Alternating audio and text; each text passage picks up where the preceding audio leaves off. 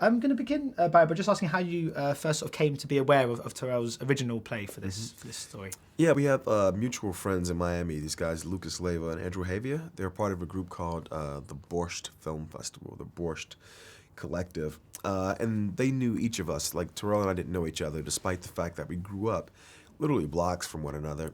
And they got a hold of his piece. And the way it came to me was, this is not about you, but it's about you.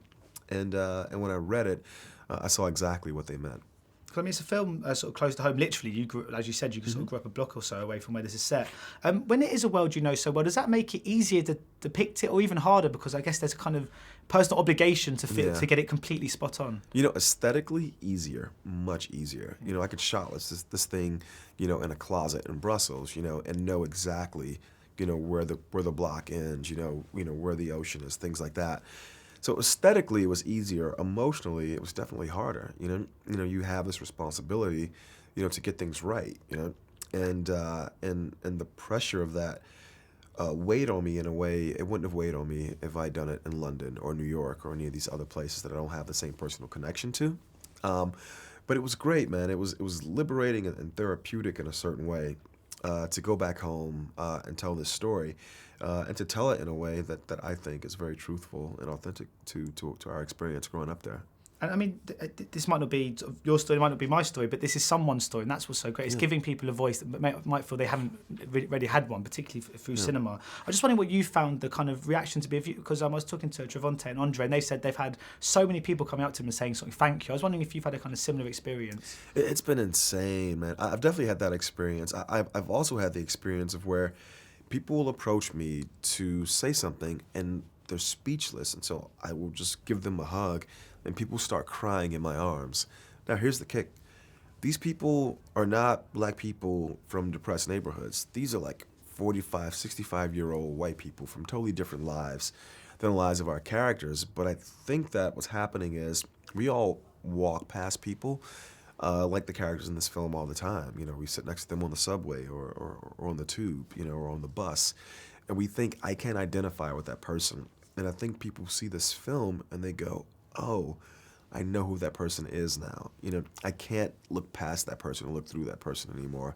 And I think something about that is deeply affecting audiences. You've been quite open in discussing your own mother's addiction to crack cocaine, and obviously, which is very sort of present in this movie. With that in mind, did it become quite difficult to direct Naomi? Because I guess you wanted her to have her own kind of take on this, but at the same time, you're probably bringing up some of your own kind of memories to help inform and craft the character.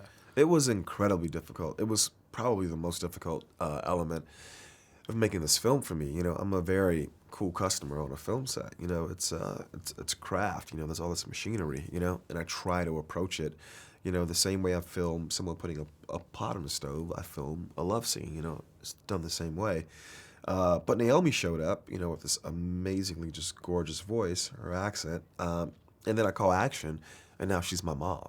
You know, and because of the way we shot her scenes, most of this film we made in sequence, but with her stuff, because we only had 3 days, we were jumping back and forth. She'd be a raging drug addict, and she'd be like my kind, caring single mom, you know, and just the helter-skelter nature of that for me, it kind of pulled me out of the process and pulled me very deeply back into like my own life, my own memories of these very dark things that she was performing. So it was really, really challenging, but out of that challenge, you know, there were these great aesthetic sort of like elevated, just interesting ideas that I didn't have before seeing her embody my mother.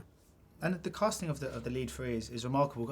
I've heard that you didn't want any of them to meet. I was wondering why you decided to have them so kind of separate in that regard. You know, I wanted them to be different people. It's the same character, but he's a different person. And I thought the best way to, again, authentically for the audience, communicate that the world has made him a different person now, was to not have them meet, to not have them mimic one another. I didn't want them to have these takeaways from each other. I felt like between the script and the direction and the photography that we could do the job to make sure that there was some continuity, you know, amongst these guys. And I also felt like in casting, you know, we found people that had the same sort of energy, the same aura, particularly in their eyes.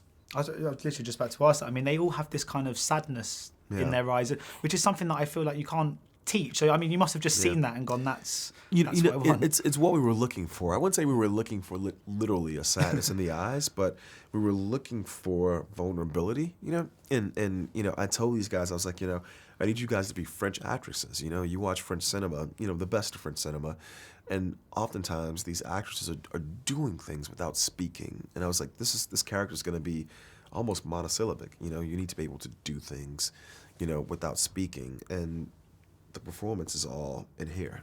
I was just speaking to Mahershala just before, and it was interesting because I was saying that I felt his character subverted expectations a little, and I was quite surprised at how compassionate he became, and the fact that obviously he's the first person to have any dialogue with Chiron about his sexuality. Yeah. Whereas Mahershala was saying he knows people like that. That is the real, and it made me realise that my kind of perception is so based on cinema, which is obviously sometimes quite a false one. Exactly. So I was wondering about your bringing it very real. Well, no, and I think here's the thing. There is a vacuum, not just in cinema, I think in arts and letters, of fully fleshed versions of many different kinds of characters, And I think that if you don't live in this place, your only engagement with them is through arts and letters. And so if you don't see people, like this character very often, you will literally believe they don't exist, They will be invisible to you. And so I agree with what Mahershala is saying, This character is not new. The presentation of him is new because there's been such a lack. And just with regards to the music, which plays a huge part in this, just a quick word on the Caetano Veloso song. I mean, that was quite a surprise, and it was one of my sort of favourite scenes, that short sequence when he's driving. I mean, I was wondering about picking that particular song for that moment. It's an homage to Wong Kar-wai and Happy Together, obviously. But also, too, for me, it's about the idea that cinema has the power to sort of unite us. Here I am, I'm a guy you've seen the movie, from this very rough stretch of inner city Miami, and yet I'm deeply influenced, by, this Asian cinema, this master. And I wanted to juxtapose that the lives of our characters in this film are not very dissimilar from the lives of the characters in Wong Kar-wai's films, And so I wanted to just have a moment where we could very overtly, state that. And just also on the subject of music, obviously the song at the diner at the end. I was just wondering if you chose the song first and thought this is so perfect for this film, and then you kind of then intertwine that into the kind of narrative, or if you decided already that we need to have a song and then you went searching. Oh no, for it. I chose the song first. The song is written into the script, literally the lyrics, and you're not supposed to do this, and Andre will tell you, when we filmed, I played that song in the open, out in the cafe, every take we did, because I wanted to plant a flag that this song is going to be in the film. And there was no other song that was going to go there. Brilliant. Well, thanks so much for your time today. Much appreciated. Thank you. Ladies and gentlemen, you're watching Hey You Guys! Hey You Guys, huh? Hey You Guys. Is that from the Goonies? It is indeed, yeah. Nice. Hey